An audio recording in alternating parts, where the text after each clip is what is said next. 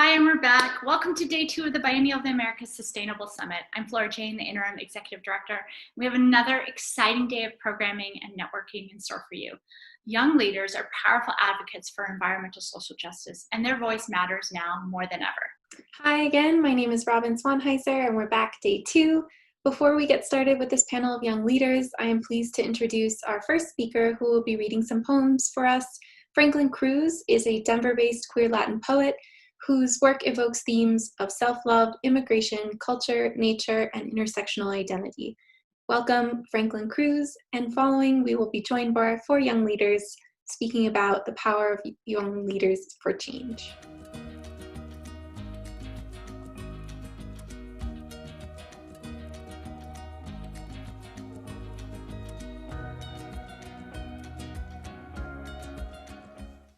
Hi, my name is Franklin Cruz. I'm a Denver artist, writer, and dancer.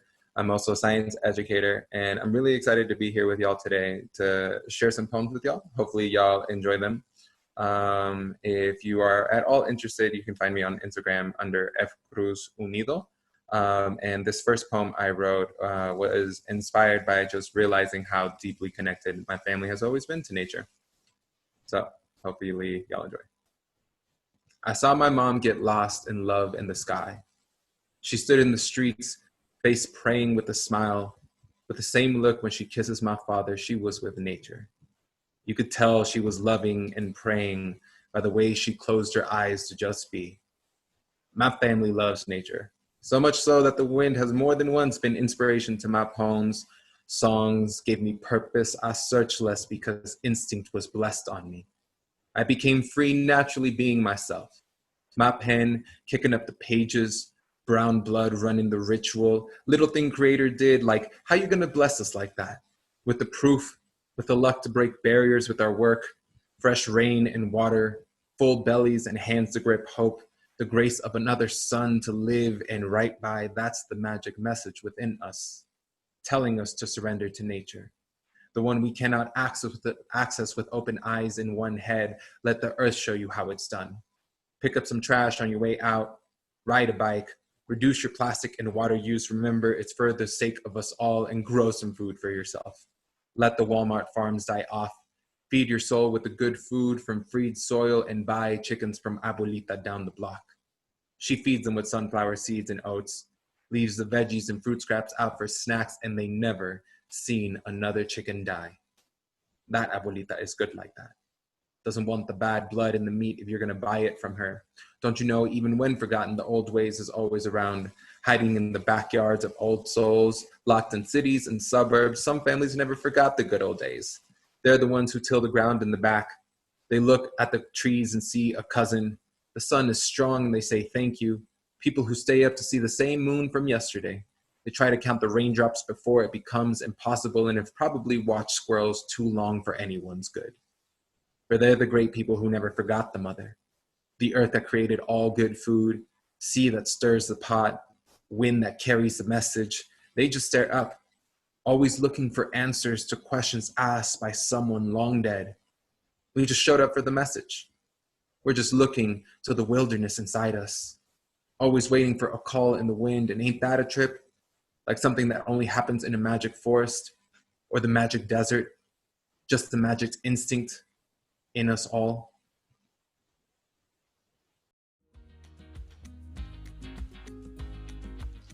Being human is a bag of tricks. Our species is just Abuelita's bag. Every detail of humanity inside, each ethnicity, gender, language, mixing and moving as she moves. I'm just a nerd's pencil she took, mixing memories into concrete thoughts, mineralizing the meaning inside of poetry. Who remembers how we traded in our treehouse days, when branches were no longer our safe house, when our big toe became our big toe, never returning to those hands for feet. Now we walk, dance, salsa, hips flirting in that universal language. That's a big toe's blessing. Easy to overlook evolution's crafty nature. I can tell you one factor that separates you from the stupidity of a bear is a jaw muscle. Our jaw muscle, called a masseter, connects into the forehead's frontalis, squeezing on the frontal bone over our frontal lobe, where all dreams, hopes, wishes, happenings to the ancestral connection, what bears sacrifice, a relationship with ferocity and intelligence. With more of one, you lose less of the other. Our physical weakness gifted us an unforeseen power. Who remembers how intelligence became our gift? Building bridges out of thoughts shared like rain. People who visit the museum I teach at, they run up like little lightning storms, always bringing tornadoes of curiosity. They don't care about my science. They saw a sheep heart, and that's all that mattered at the moment. And I don't have to explain mechanisms. It's just a sheep heart. And isn't that cool? Remember what it means to hand down intelligence? Even if it's not in a book, some of the best things I've learned have come from the conversation. Best stories, my mythology. Seems silly to believe in something you can't see, but tell that to a microscopist whose job it is to discover cells and bacteria and viruses at levels you can't even imagine and dare to go even further than that. Remember how much DNA you have? Enough to wrap you like a mummy? Saved in the tiniest organelles of our cells. Wild, isn't it? We have libraries and libraries stashed in our bodies. When you are being your best self, you're playing a slideshow of your best ancestry. Oh, this kind of beauty. Your nose, patience, skin complexion, creativity, everyone who survived a bear, cholera, slavery, oppression, every scientist, caveman, parent, farmer, looking at the future for the first time, couldn't have known what's next. They just took it one step at a time. A bipedal blessing, a human just living it out. What's living within us, being human, it's just what's living within us, being human.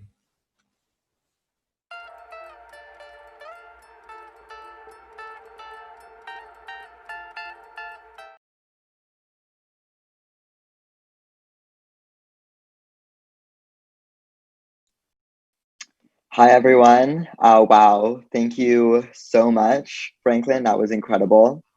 I'm Ty Jacob. I use they, them pronouns. I'll be moderating the conversation today. I've been a community organizer for around 5 years now, focusing on issues of trans liberation, migrant justice, resource and wealth redistribution, Palestinian solidarity, and more recently, climate justice. I work at 2 orgs in Canada that are dedicated to youth empowerment in the sustainability sector. Those are Leading Change Canada and Student Energy, and I'm based in Toronto, or TK-Ronto, in the language of the Mohawk, which is the traditional territory of many nations, including the Mississaugas of the Credit, the Anishinaabe, the Chippewa, the Haudenosaunee, and the Wendat people. So today I'll be moderating this conversation about how young people have the power to transform systems of oppression and environmental degradation to build a world that we actually want to live in. We know that global warming is an ethical, political, and social issue, as well as an environmental and physical one. We know that the effects of climate change are not distributed equally, and that the most marginalized among us, racialized, poor, Indigenous, Black, migrant, and disabled people, have been and continue to be the most impacted by climate change in the Americas and worldwide. On top of that, the drivers of climate change tend to be the least negatively impacted by its harms. These drivers include countries in the global north, like the United States and Canada, and within those countries, the wealthy and white citizens.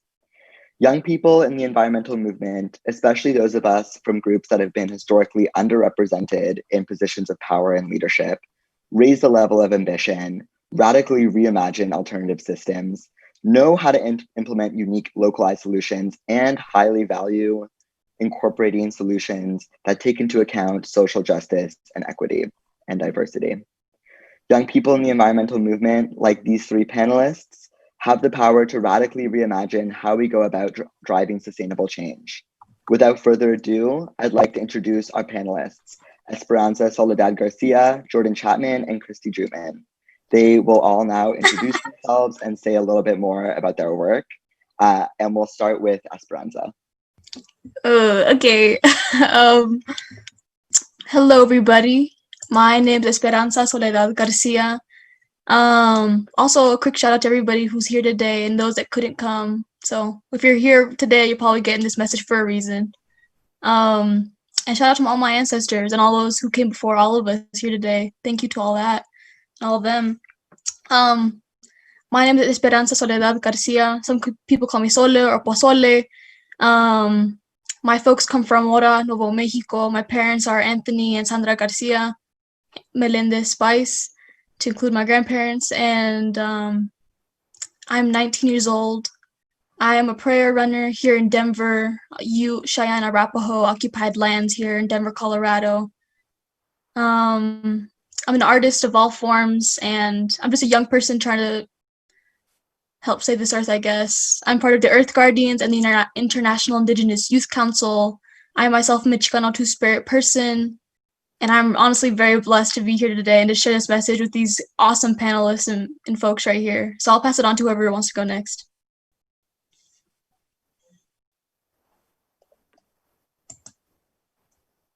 Is it me? Is it my turn? Awesome. Well, again, I want to thank everybody for joining us today. I'm super excited to be a part of this panel. I'm super excited to, learn and kind of engage in some meaningful conversation. And I want to take the opportunity to thank those who have made the track for me, who've opened doors for me, those who came before me and have, provided so that I'm here, who survived so that I'm here. My name is Jordan Chapman. I'm from Chicago. I'm a graduate of Tuskegee University, and between spending summers in Mississippi and the illustrious agricultural history of Tuskegee University, I developed a connection to the outdoors that really inspired me to make sure that other people that look like me, those who don't look like me, and those who've been disenfranchised or kept away from the movement have the opportunity to re-engage in an authentic way that makes it a longevity, a long relationship, a long-lasting, sustainable relationship for the future. So can't wait to continue the conversation. Hi everyone, my name is Christy Drutman. I'm based on Ohlone land, otherwise known as the Bay Area. I am a Jewish and Filipino American environmental activist and content creator. I have my own podcast and media series called Brown Girl Green, which is focused on uplifting the voices of Black, Indigenous, and people of color worldwide who are coming up with creative solutions to the climate crisis. And I'm working to do creative storytelling, to empower folks, especially environmental organizations and companies, to really believe and enact a process of decolonization. And I'm just really honored to be in this space because I think that young people are at the core of shifting the culture and the narrative around sustainability and what needs to be done to make that happen. Thank you all for introducing yourselves. I'm so excited to dig into the inspiring work that you're all doing. Also, for the audience to know, there is a Q&A chat box. Feel free to put in questions throughout the conversation, and there'll be about 10 to 15 minutes at the end where I'll be asking those questions. My first question for the panelists is, what inspires each of you to do climate and environmental work? Who have your teachers been, and what have been your moments of inspiration? And I want to start with Jordan for this question. My inspiration is so that other people can see the beauty of the joy. My mentors and those who've inspired me, I can say my grandfather is one. And I can also say the lineage, the legacy of George Washington Carver. Being a student at Tuskegee University, I had the opportunity to work under the tutelage of just like learning everything at the George Washington Carver Museum, and to work for a person, to learn the legacy of a person who sacrificed his life so that others can grow and benefit and live healthier lives, live more sustainable lives, and improve practices of people that were really disenfranchised or have been abused, who've been neglected. So many slaves throughout the South, so many indentured servants, so many people. That really connected me to the environment because Carver reinvented what farming looked like. Carver reinvented what agriculture looked like. He had a philosophy of use what you have to make things for the next generation, taking care of the earth, not using more than you need to. So, getting that connection from my grandfather at an early age of spending those summers in rural Mississippi, coming from Chicago, was a big transition. And for me, it was a therapeutic transition because living in what we call is like a concrete jungle, you don't really have the same opportunities to get outdoor and engage in the outdoors the same way everyone else does, whether it's from gang violence, whether it's from cold climate, whether it's from just not being, adept to understanding what it's like to be outside. there's a variety of things that go into it, and going down south was a way for me to release and get out. And recently I read something that really kind of, and we can elaborate on this later in the conversation, is the intersectionality of it all, of where does the environmental movements fit in with the social justice movement. And it was powerful. I read how Emmett Till was so excited to go to Mississippi that summer for 3 reasons. 1, to get some fresh air. 1, to go fishing along the Tallahatchie River. And 2, to just be outside and be outdoors and get away from the summer, the city vibe. So like, if we look at it like that, that is a perfect understanding of where this man who wanted to get this child, who wanted to get away from the city, went down to an environment that's supposed to be open and welcoming and nature. They went outdoors, didn't have the opportunity to really enjoy it because of societal issues, because of racial issues, because of racial bias. So it's my passion, my duty, my inspiration to make sure that we can build beyond that we can make sure that a lot of the Blacks, a lot of the people of color, a lot of the people who don't have the opportunity to get outside can get out of their bubbles and be able to experience the beauty of nature.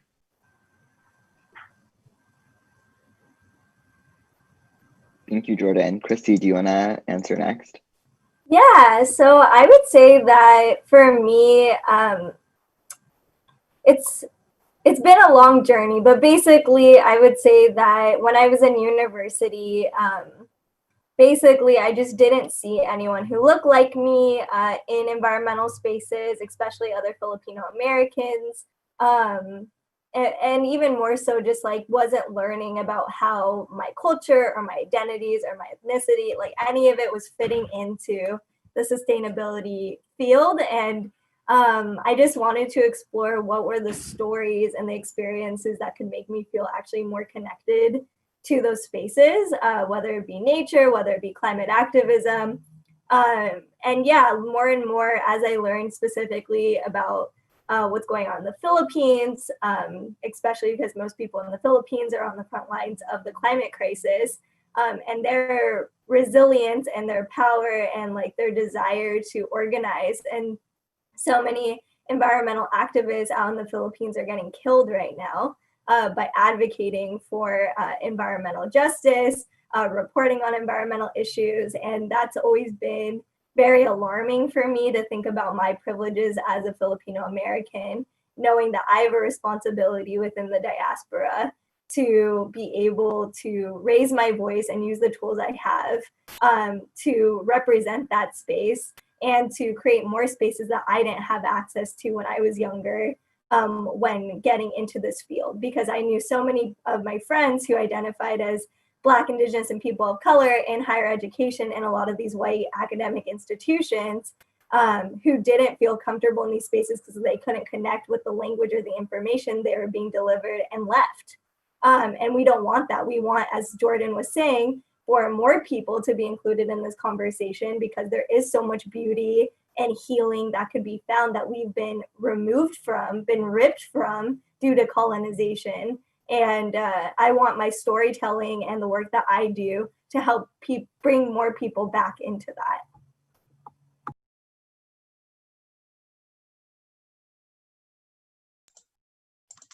I guess it's kind of like my turn to go. Man, I don't know. Last time that we so the question is kind of like how we found our way into this and like our inspiration and such. Something this has resonated with me very much, which is how Jordan and I I don't know, I feel like we kind of share some things in that I feel like I also was kind of raised by my elders and raised by older people and still am, like I'm still always around with like older folks. Like sometimes it's hard for me to be like with kids my age because sometimes we're not involved in the same things, which is okay, And I feel like for me it was a return to my homeland. I grew up here in Denver, and I'd always be traveling back to northern New Mexico to go take care of our water system, to take care of our land. My mom, she grows crops and such, and we have an ancient acequia system where we have water run up mountains and stuff, and learning that history from, hanging out with like your grandparents or something, and they teach you like these things that you never would have learned otherwise, or like actually teaching you how to work with your hands, to me is so important to me. It's so cherishable. It's like a pot of like some bowl that I can just keep drinking out of, and it always replenishes me, I think that's something that I've, especially now that I'm so online, have been finding my value in, is just being outside and hanging out with sitting with the tree people and visiting with the boulders and seeing what they have to say and their stories and such are something that really, really grounds me, have brought me into this work. Especially as well, like recognizing that I'm a child of colonization. I'm a child of that legacy, being Indigenous and Spanish and French and whatever else that I encompass. Knowing that I carry that privilege to actually be here on this land and being able to talk with those people, with those plant people, and being able to bring their stories in and not forget them. I'm doing architecture right now, and even just finding ways to bring in like the mineral folks and their geometry into my work is something that I found really valuable.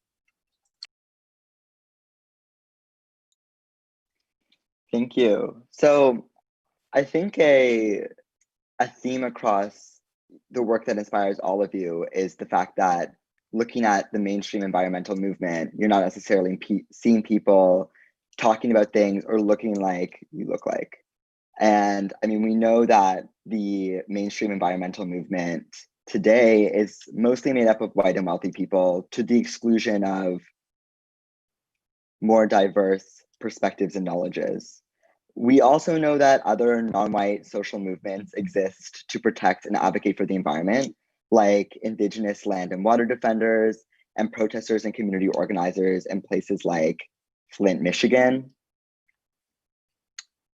But because of racism, these movements have not necessarily been understood more widely as environmental movements. So I'm wondering what your vision of an environmental movement is that centers diverse young people, especially Black, Indigenous, and people of color. What would a movement like that look like? What would it feel like? What could it accomplish? And what would it take to get there? What are structural ways to engage more people and help more people build a personal connection with the environment? And I want to start with Christy for this question. I didn't prepare for this one. This is a great question. Well, I think it just has to start with acknowledging the stolen Indigenous land. That's a big part of it. Like, how are we creating platforms for Indigenous youth like Esperanza and others to be able to share their connections with the land? Like, they're being passed on very valuable and rich information from their elders, and we need to like really lift up Indigenous leadership. I think that's a really big and neglected part of the equation. But I think on top of that, there just needs to be more programs and funding given to environmental justice organizations. Like, there's already been so much work on the ground for decades, and a lot of these organizations are strapped for cash and resources and capacity. So I don't think it's about creating new organizations or new coalitions.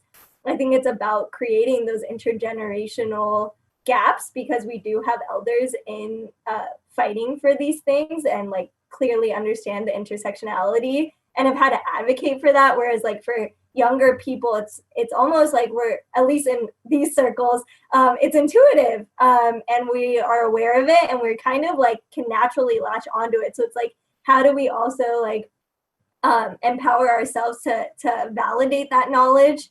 And I think that it's about creating more youth advisory boards and youth forums to be able to like, you know, tell people who do have the funding and the resources and the power, like, you need to offer reparations. You need to give it to these organizations that have been doing the work, and young people need to be in the lead of that conversation. So I just view it as a shifting of power dynamics, of funding, and of just like the politics around how young people's voices are oppressed mostly in these spaces. Like, we're used as tokens, and we're used as like these fun things that are like, oh, the youth are gonna solve it, but it's like, we're not gonna give you the money, and we're not gonna give you the actual infrastructure to make that happen. And it's like, that's not okay. So that's my vision for it. And I think it's actually something that's totally feasible.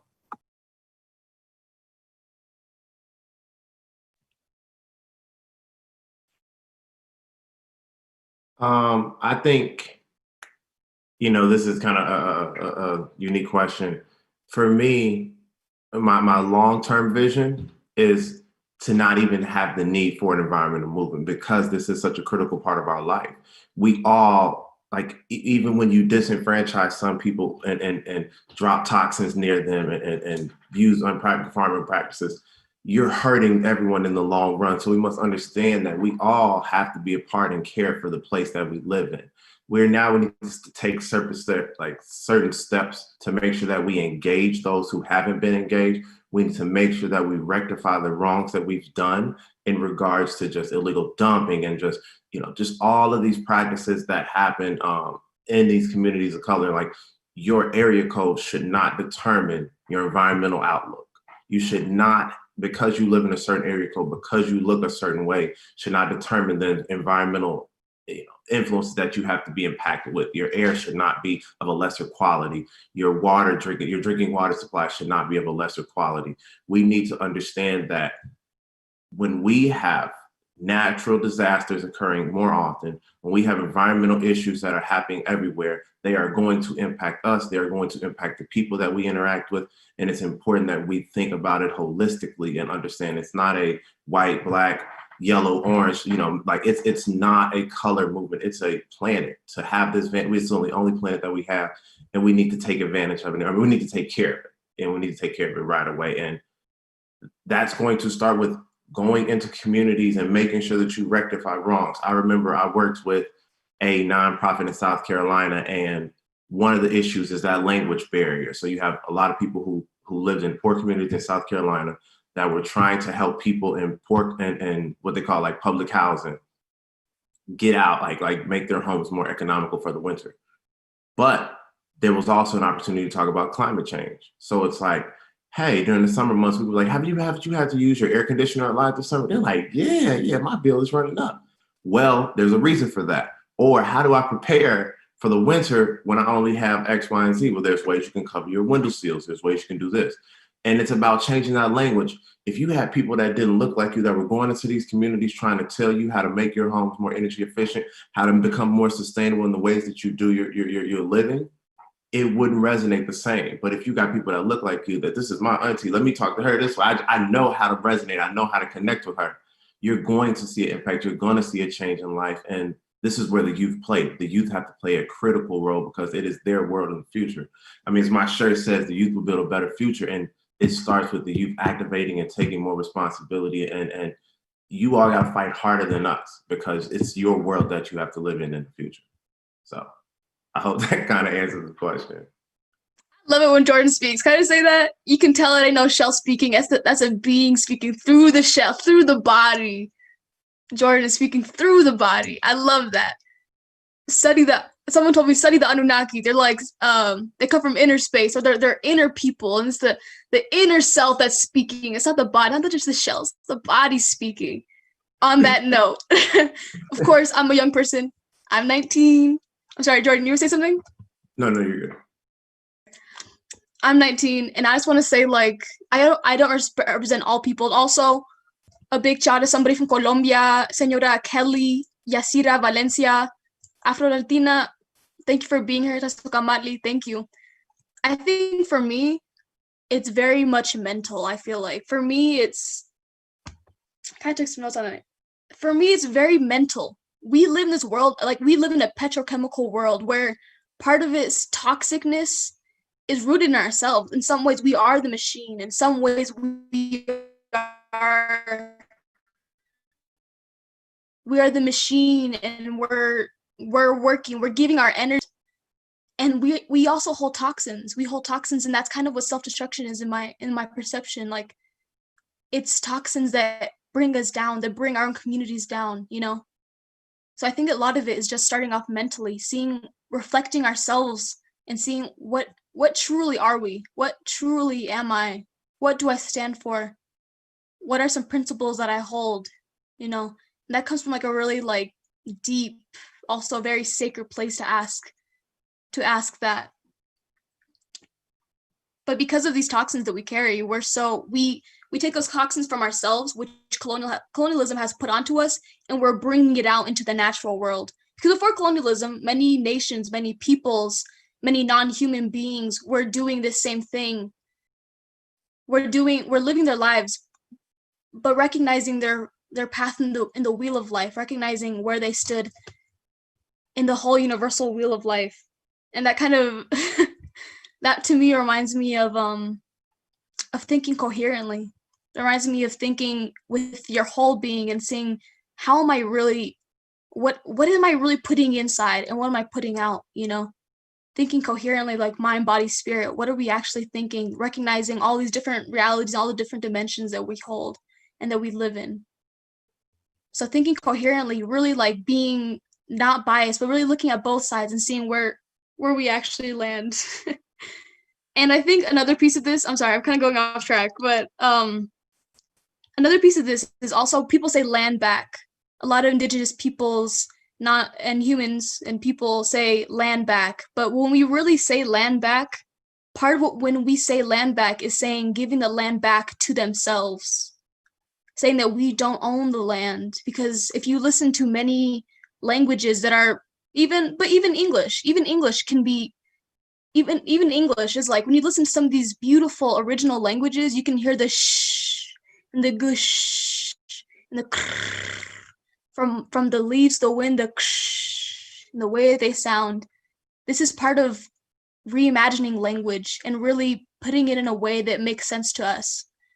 So that's kind of what I wanted to say about bringing the land back to themselves and recognizing that we don't own anything. We're borrowing the land from the generations past us, from the non-humans, from the plant people, from the four-legged, from the winged. We're borrowing this and also owning our own assets, because I think it's an interesting conversation, like what it means to own your own land, quote unquote, especially I just said that, you know, but also like, what does it look like to do like grassroots things and actually find ways for youth to be on land and learn from the land. I think an interesting organization to shout out here is Tierra Amarilla, also known as Al Frente de Lucha, which is an organization out of northern New Mexico and Denver, Colorado, and all throughout this hemisphere. And they do a lot of interesting work like that. So yeah. Thank you. That's that piece about how so much of our language like is taught to us by the land around us is so beautiful, and that's going to be sticking with me for a while. Thank you for saying that. So I want to move to some more recent events. I think that for many of us, the last week meant a lot of sleepless nights, staying up late, hoping to catch a glimpse of the final result of the US election. It's clear now that Biden has won, and this obviously feels like a win against fascism. But Biden is still an opponent to our movements. We still have to fight this administration to see the environmental changes we want to see. We still have to fight this administration to see the changes in racist policies and institutions that we want to see, and more than that. And besides, we also have to deal with the fact that nearly half of the US voted for a platform of very visible and very obvious white supremacy. So building off of some of what Esperanza was talking about, how do we think coherently? How do we think actively? What do you think our next steps forward are after an incredibly divisive US election? How do we remind people to think like you were saying, Esperanza, coherently? How do we more deeply examine the ways that we communicate about the climate movement across difference? And Esperanza, I want you to start this one. Okay. Also, a big shout out to the Spanish translator. You're doing a really good job. And I know this is really challenging, so thank you. I'm trying to think. I'm not the only person that's thought about this before. Many people have thought way back in time. People have been thinking about this. And it just seems like up to this moment where with media, it's the when, why, how, when to think that really captures our attention and doesn't let us, it captures our attention. And I'm not quite sure how to answer that question, but I can give you some titles to look up, because I'm trying to think of like the words, but sometimes the words don't exactly go through right. Some people to look up, I would say, is John Trudell, who's spoken enormously about this, a rapper named KRS-One. He's also a teacher, a hip hopper. He's great.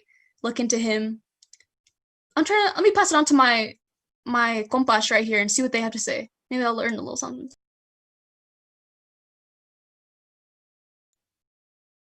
Does anyone want to jump in? Yeah. Yeah, I think for me,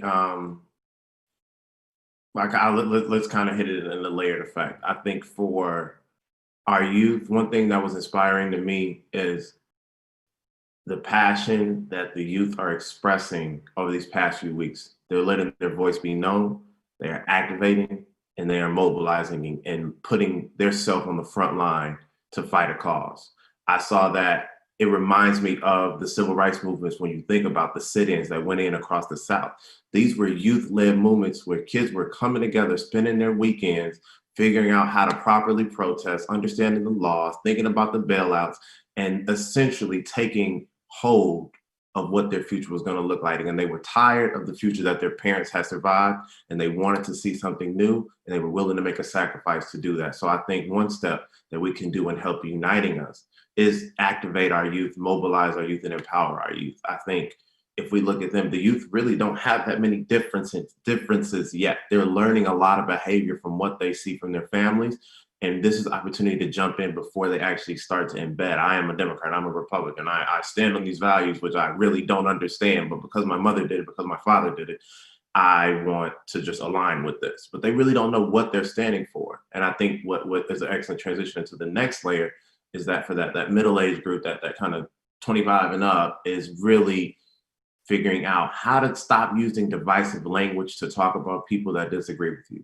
It's not going to help strengthen that relationship, because you're going to need the same amount of people that voted for Trump and the same amount of people that voted for. We need both resources on either side. It's not that we're going to use our X amount of million people and we don't need you all, or we need both of us to come together. And we got to realize that a lot of us are fighting the same issues. And I saw this firsthand when I was working as an AmeriCorps in West Virginia. And again, a lot of people didn't look like me in West Virginia, and they lived in coal country, and they had this connection to coal. Like, we fueled America, and this is something that we're proud of. But when these coal companies took advantage of you and left, and now you don't have any economic dependence, you're now trying to fight against the government to really provide opportunity. So what we did is we brought in, and our goal was to develop sustainable green businesses and sustainable green training so that the people who live in these communities could qualify and live in better lives. But the first thing you saw is that we did an experiment, and we had a kind of clear kind of picture, and we dipped it underwater, and we asked the children, what color should the water be? And without hesitation, orange, orange, orange, they're yelling out orange. This is acid mine water, acid mine drainage water. So you have kids who are comfortable, who have lived in environmental disasters for years and think it's normal. Oh, our dogs play in it, my shoes are orange, everything is orange. And it's like, well, how do we activate that community to understand what's going on in Flint? How do we activate the Flint community to understand what's going on with microplastics in the West Coast? How do we understand each other's traumas and use our resources, our knowledge, our communities to help fix them? So it's going to take an activation across spheres, across ages, across spectrums to really elevate our next step and to remove away from the divisive language we've seen so much in this past few weeks, past few months. Yeah, just building off of that, I would say that like there's a great need for just like more storytellers and more media creators. This is just from me as someone who like uses media as my form of activism. We just need more of that. There's so much climate denial, and they have great platforms. There's people out there that are educating people that science isn't real, and they have a lot of money and political power backing them. And that's scary. That's what keeps me up at night, is people that have these media platforms that are literally going to destroy and oppress a lot of our communities. And so for me, I think a really big way forward is like, you know, the best way to communicate to your community. You have the best language, not the media, not Fox News, not CNN. You have the best resources to be able to investigate these things and be a translator for your community. And we need more translators. Like, no one platform, no one activist movement group, no one nonprofit is going to create the language for that. And I think that's the problem. That's a part of this divisiveness, is we're depending so much on this like left liberal language to be the end all be all of how we operate and how we're doing things. And I think that when I think about even the Democratic Party and the amount of people they missed in mobilizing people and getting them on board and talking to them and having real conversations about what's actually going on in their lives, that upsets me. And I think it was a really big wake-up call with how close things were, that there's a lot more work to do in doing what is, I just learned this term, deep canvassing, which is like deep intentional listening, actually having those one-on-one conversations in your community to learn from people who you may or may not agree with. And that's where it needs to start. We have like time to take the time now that we can take a breath to like actually have these conversations with people in our own communities. And I know there's resistance and I know there's vulnerability involved with that, but I think especially for the young people, like there's so many bridge builders out there who I think have the patience and the resources to want to do that. And if you identify as that, like we so desperately need bridge builders.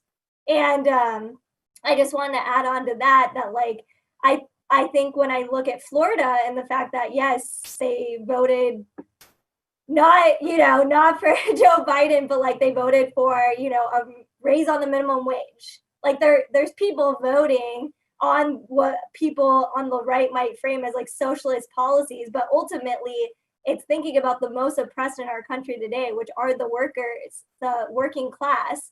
And I think, if we were able, as Jordan said, to identify that we're not so different in that struggle in our own communities and being able to translate and talk about it that way to actually meet people where they're at, I think things would be a lot different. I love this image that you are all building of like activating, connecting a really strong network across not only the country, but even like the continents, and that being a powerful force for change. Esperanza, I'm wondering if you wanted to add anything. You don't have to, but there is the option to. I think one thing that's just kind of like something that I reflect on a lot is because I have people in my own circle, my family, who are Trump supporters, but also like Trump is just a face. Trump is simply a puppet in all of this. Let's be real here. This is a lot of these elections be not real and they don't know who's going to win in some ways. So that's there. But one thing that I notice is just before we see each other as Democrats, before we see each other as Republican, before we see them as socialist, whatever, any other title that you want to, any other jacket or coat that you want to layer on, at the bottom of it, they are human being. And I think that we've forgotten what it means to be that. That's it.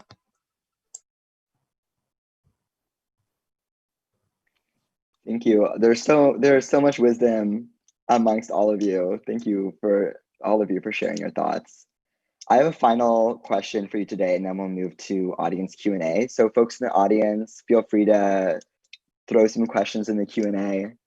But my final question is, I'm wondering, what are your most urgent calls to action or questions for reflection that you'd like to leave the audience with today?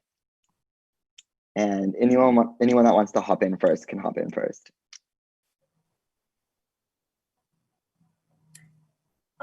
I'll finish off, I guess. I just felt like, I would say use the internet as a resource. Do not get swamped in. Always challenge what you hear, even if it's from people who you admire. Anyone you put on a pedestal are still human beings. They are flawed, but they are also, perfect at the same time. And I think that people need to question and think for themselves. Practice critical thinking is so important. We need people who are unique. We need people who are learning and curious and think for themselves and are able to develop their own narratives and stories as translators to activate and mobilize the people in their closest circles. Because I think that interpersonal motivation and finding community outside of that, you know, virtually or nationwide with other people who think like you.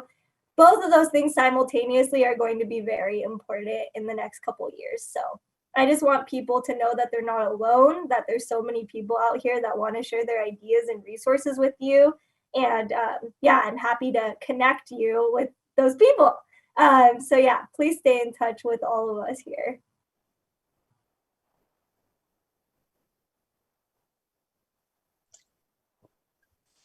I'll go next. I saw Jordan go. I think one thing that I would like to share is something that I always circle back to, is just asking myself, who benefits and why? Who benefits and why? And also asking the other side of the coin as well. Asking the other side of that coin. Yes, I say all of that. I second all of what Christy said. And also, like, look on, I mean, here with Corona and all that, we're losing so many elders. And something that I think it's actually an African saying is that, like, every time an elder dies or passes or transitions on, a whole library of knowledge leaves with them. So I think doing that, and that also reminds me of, like, so much innate knowledge that we have already, and so much of it that we already carry since the day we were born. And also realizing that there's so many other places outside of this earth, because even if this earth were to crumble to the ground, there'd still be places outside of here. There's so many places outside of here. When you go to sleep, imagine yourself doing what you want to be doing, 2 or 3 minutes. Just put that out there. Maybe it'll come to you. But also, there's so many other places outside of here, so many different dimensions to be explored and to be found and all of this. So I think one thing, I guess, like, living spherically and also asking those important questions to yourself, being true to yourself, for sure. I guess it's kind of like really cliche in some ways, but recognizing all that you have, the good and the bad. If you fucked up, you fucked up. And that's what it is. But just being honest and transparent. I love what everyone has been saying, and I want to jump on another point before I kind of give my final thoughts. Christy brought a great point of just the importance of seeing people that look like you engaged in things that matter. Representation is powerful, so I think that's one call to action, is increase representation in an authentic way that truly embodies the spirit of the people that you want to engage, instead of trying to pull the people out of their community to fit into your silhouette of what it means.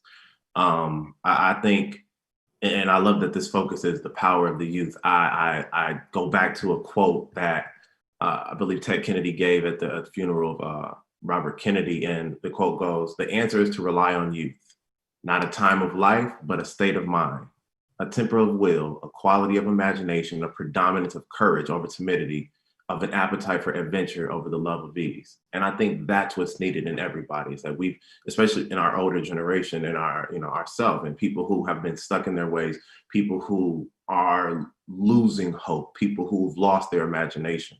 We must look back and reflect on, take me back to a kid again, when I felt like I could take over the world, when I felt like I could just be whatever I wanted to be. Don't let the societal norms shrink your creativity, your imagination, because those things will harden you and will harden the way that we interact with each other, which is what we need to move forward. So I think if we look back and learn to value the difference, value what makes us like individuals, and understand that when we all come together, it's just like a gumbo. You throw in all these very good vegetables, and together you have this nice mixture of just something that's just like, it's sustaining, it's beautiful, it's tasty, it's flavorful, it's just amazing. And I think that's what we need a little bit more of. We need a little bit more gumbo in this world. Come together to make this beautiful melting pot of a mixture that's going to feed us for the rest of our life. I love this image of gumbo as like the world that we want to live in, as this world where all of these flavors and spices and vegetables come together to create something incredible. Like, this idea of synergy is so good. Thank you.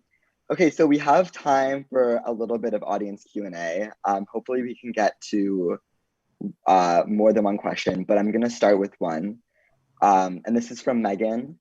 What messages or calls to action do you have to youth who are a part of this movement, but may sit with more relative privilege, like class, wealth, race, or network privilege?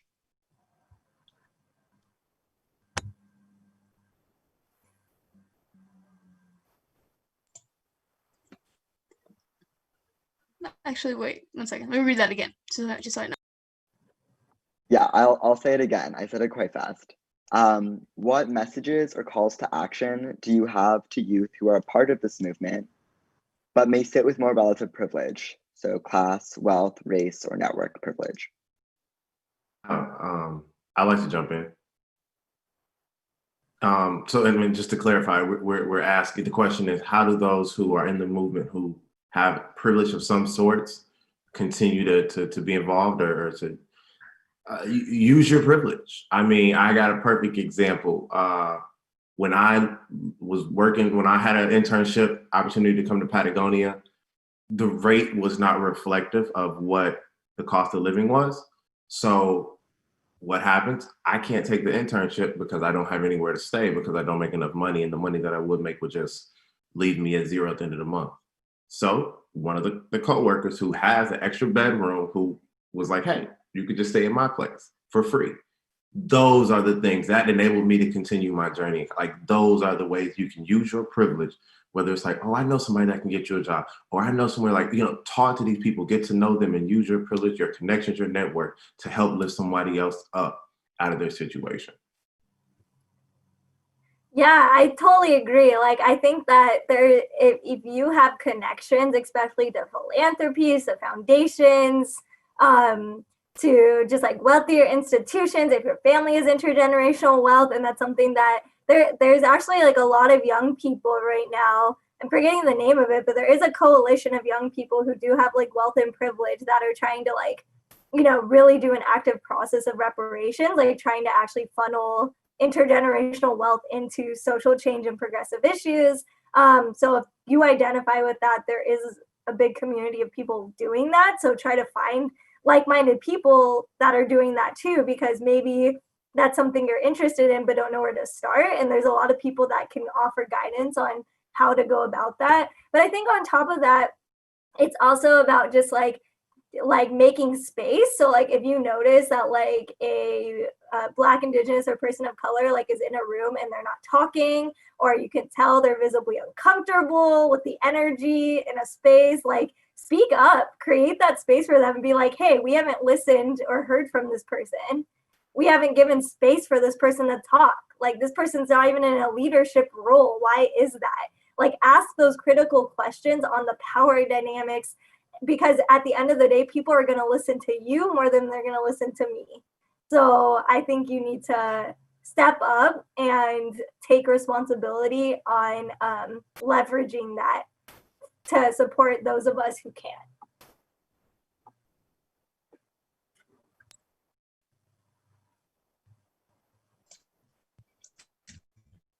Can you guys hear me all right? Yeah, okay. It's a little bit slow. Okay.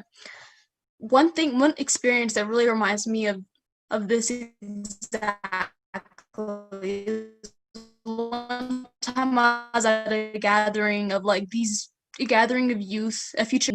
Basically, the assignment was like, come up with a strategy for these 3 days. It was like basically the Earth Day live kind of thing. We're doing like Earth Day organizing things, and we're like, 3 days, we have come up with an idea, something like that. And so I came with the International Indigenous Youth Council and the Earth Guardians. We grouped up, we went off somewhere else. We had to leave that energy behind to go to our own little thing and have our own idea. So we did that. We had a great idea, which we ended up actually going with it. We came back to the bigger circle. We presented the idea. And at first, it was mostly, let's see, it was like, okay, but whatever, that doesn't even matter. But we came out, we presented our idea. We got pretty much shut down automatically. And then homegirl from Divest Education was like, she was like, y'all swear that you want Indigenous leadership. Y'all swear that you want Indigenous leadership. But when they come with an idea, y'all shoot it down real quick. And that was exactly what it was. Like, you say that you want Indigenous leadership, but when they come and bring you ideas, bring you the experience and all that, y'all shut it down real quick. So is this really, that's in some ways showing that you don't stand on your principle. And also at the same time, like, I think actually Jordan and Christy and I were having this conversation earlier. I was like, is it really the dentists that is hoarding the wealth? Is it really the dentists who make a lot of money a year? Is it really the doctors? Is it really the chiropractors? Is it the engineers? Is it these higher level people? Or is it like oil executives that are actually hoarding most of the wealth? So it ain't like, for example, my mom is an accountant. She makes pretty good money. She's an accountant. She learned that trade. Are we really going after her and her being like upper middle class, or like the people who are hoarding most of the wealth on the planet and who are also killing our planet and our spirits and the same swipe?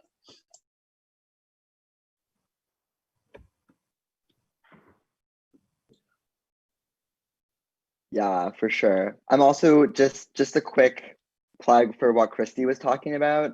So the group that organizes young wealthy people in the States is called Resource Generation. And there's a sister group in Canada called Resource Movement. So anyone on the call with access to wealth and class privilege who's under 35, go check out those organizations. So we only have 3 minutes left, which means that it's time to round into closing remarks. It was such a pleasure to talk with you three today. I really am, I'm just like so taken aback by the wisdom, knowledge, like love that was communicated in this conversation today. For me, some of the important takeaways were thinking about the ways that we should be all working together. I'm really drawn to Jordan's image of gumbo, and also to this image that I think everyone was building of basically creating a spicy, flavorful, strong network across the continents to put pressure on the people that are destroying the planet, to build a solid ground movement, a movement that is based in land-based knowledge, a movement that takes into account diverse experiences, traditional ecological knowledges, the knowledge that is experienced of Black, Indigenous, and people of color that doesn't center wealthy and white people, and that really uplifts a diverse range of knowledges to create something powerful, sustainable, and healing for our planet. Thank you so much, Esperanza, Jordan, and Christy, for joining us today and for sharing so much good stuff. It was a pleasure talking. Thank you. Oh, damn.